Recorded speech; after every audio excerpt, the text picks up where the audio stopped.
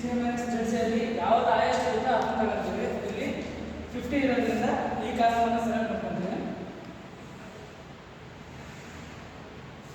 So second row value ಕಂಡುಹಿಡಿಯಬೇಕಂತಂದ್ರೆ RHS ಇದೆಯಲ್ಲ, ಈ RHS ಇದು ಕಾಲಮ್ ನಾವು ಸೆಲೆಕ್ಟ್ ಮಾಡಿದ್ರೆ ಅದನ್ನ ಡಿವೈಡ್ ಮಾಡಬೇಕು. ಮತ್ತೆ 800 ಇದೆ, 800 × 1 800 / 1 ಅಂತಂದ್ರೆ 800 ಬರುತ್ತೆ. ಆಮೇಲೆ 1000 / 1 ಅಂದ್ರೆ 1000 ಬರುತ್ತೆ. 400 / 0 ಅಂದ್ರೆ ದೊಡ್ಡ ಅಮೌಂಟಲ್ಲಿ 0 ಡಿವೈಡ್ ಮಾಡಿಕೊಂಡ್ರೆ ಏನು ಬರಲ್ಲ, ಅಂದ್ರೆ 0 ಬರೋದ್ರಿಂದ ಇಲ್ಲಿ ಬಿಲ್ ಅಂತ ಕೊಟ್ಟಿದ್ದೀನಿ.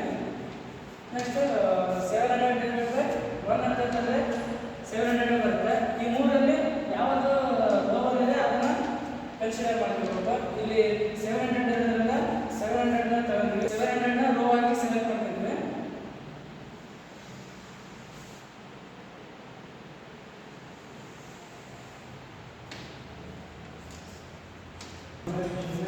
ಸೊ ನೆಕ್ಸ್ಟ್ ಬಿಲ್ಟ್ರೇಷನ್ ಆ ಟೇಬಲ್ ನೋಡೋದಂದ್ರೆ ಇಲ್ಲಿ S4 ಇದೆಯಲ್ಲ, ಈ S4 ಎಕ್ಸಿಟ್ ಆಗುತ್ತೆ. ಈ ಇಲ್ಲಿ ಒಂದು ಎಲ್ಲಿದೆ ನೋಡೋ, ಈಗ ಅಂದ್ರೆ ಕಾಲಮ್ ವೈಸ್ ಒಂದು ಕೀ ಎಲಿಮೆಂಟ್ ಇದೆಯಲ್ಲ ಅದು ನೆಕ್ಸ್ಟ್ ಈ ಸೈಡ್ ಬರುತ್ತೆ, ಅಂದ್ರೆ ಈ ಕಡೆ BI ಕಾಲಮ್ ಬರುತ್ತೆ. ನೆಕ್ಸ್ಟ್ ರೋ ವ್ಯಾಲ್ಯೂದಲ್ಲಿ 0 ಸೆಲೆಕ್ಟ್ ಮಾಡಿದ್ರೆ ಇಡೀ ಎಂಟೈರ್ ವ್ಯಾಲ್ಯೂ ಅಷ್ಟು ಸೇಮ್ ವ್ಯಾಲ್ಯೂನೇ ಬರುತ್ತೆ.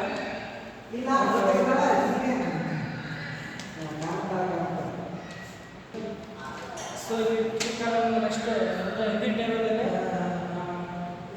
ಕೀ ಎಲಿಮೆಂಟ್ 1 ಇರೋದ್ರಿಂದ ಇದು ಫಸ್ಟ್ 0 0 ಬರುತ್ತೆ ವ್ಯಾಲ್ಯೂ. ಆ್ಯಂಡ್ ಕೆಳಗಡೆ 0 ಲೈಕ್ ರೋ ವ್ಯಾಲ್ಯೂ 0 ಅಂತಂದರೆ ಸೊ ಇಲ್ಲಿ ರೋ ವ್ಯಾಲ್ಯೂದಲ್ಲಿ ಕೆಳಗಡೆ 0 ಬಂದಿದೆ ಅಂತಂದ್ರೆ ಇಡೀ ಎಂಟೈರ್ ವ್ಯಾಲ್ಯೂ ಸೇಮ್ ನಂಬರ್ ಬರುತ್ತೆ, ಅಂದರೆ ಸೇಮ್ ವ್ಯಾಲ್ಯೂನೇ ಬರುತ್ತೆ. ಆ್ಯಂಡ್ ಇದರಲ್ಲಿ ಅಂದರೆ S2 ಅಲ್ಲಿ ಸೇಮ್ 0 ವ್ಯಾಲ್ಯೂ ಇದೆ, ಹಾಗಾಗಿ ಫಸ್ಟ್ ಅಮೌಂಟು ಸೇಮ್ ಬರುತ್ತೆ. ಆ್ಯಂಡ್ S3 ಅಲ್ಲಿ ರೋ ಕಾಲಮಲ್ಲಿ 0 ಇರೋದ್ರಿಂದ ಫಸ್ಟ್ S2 ವ್ಯಾಲ್ಯೂ S3 ಎಲ್ಲ 0 ಬರುತ್ತೆ. ಆ್ಯಂಡ್ ರೋ ವ್ಯಾಲ್ಯೂದಲ್ಲಿ -1 ಇರೋದ್ರಿಂದ ಇದಕ್ಕೆ ಓಲ್ಡ್ ವ್ಯಾಲ್ಯೂ ಕಂಡುಹಿಡಿಯಬೇಕು.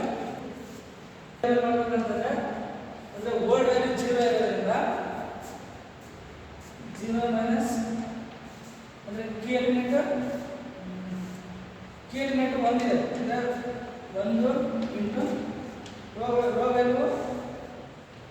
ವ್ಯಾಲ್ಯೂ ಸೇಮು 1 ಇದೆ, ಹಾಗಾಗಿ ಡಿವೈಡೆಡ್ ಬೈ ಕೀ ಎಲಿಮೆಂಟ್ ಎಷ್ಟಿದೆ 1 ಇದೆ. 1 × 1 1 ಡಿವೈಡೆಡ್ ಬೈ 1 1.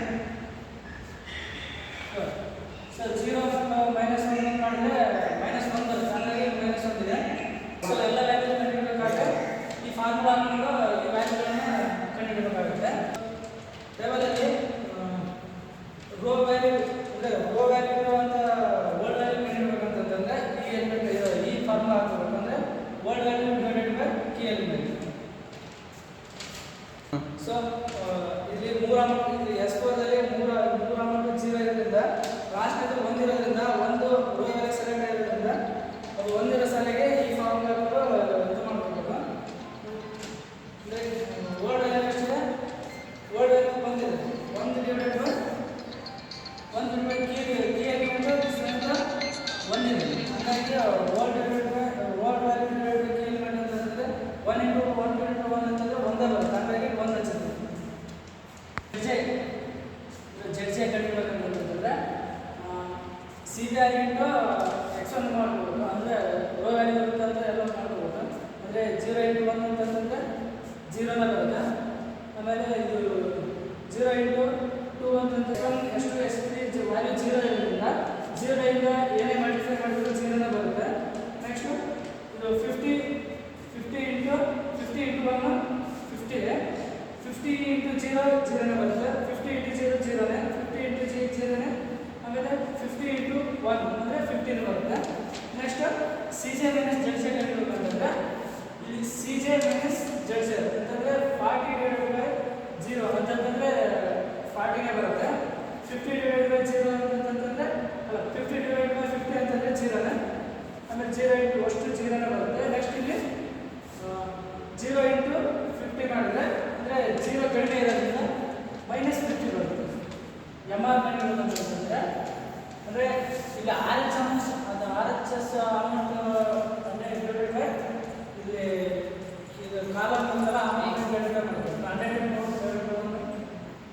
ಡಿವೈಡೆಡ್ ಬೈ 100 ಬರುತ್ತೆ 300 ಡಿವೈಡೆಡ್ ಬೈ 2 ಅಂತಂದರೆ 150 ಬರುತ್ತೆ ಆಮೇಲೆ 400 ಡಿವೈಡೆಡ್ ಬೈ 1 ಅಂದರೆ 400 ಬರುತ್ತೆ ಆಮೇಲೆ 700 ಡಿವೈಡೆಡ್ ಬೈ 0 ಅಂತಂದರೆ 0 ಬರುತ್ತೆ ನೆಕ್ಸ್ಟ್ ಇನ್ಸ್ಟ್ರಕ್ಷನ್ 2